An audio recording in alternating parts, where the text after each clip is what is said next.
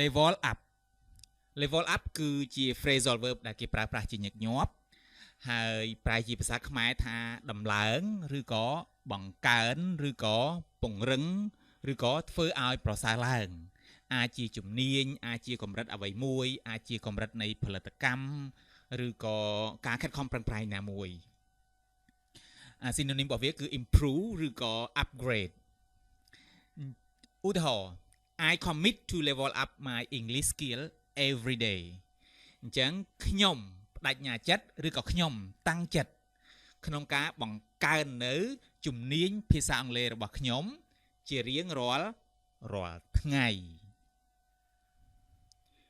Government levels up troop double at the border រដ្ឋាភិបាលបង្កើនចំនួនកងទ័ពចំនួន2 ដងនៅព្រំដែនដោយសារតែមានសង្គ្រាមជាមួយនឹងប្រទេសថៃរាជរដ្ឋាភិបាលបានបង្កើនចំនួនកងទ័ពចំនួន2 ដងណាគឺ level up troop double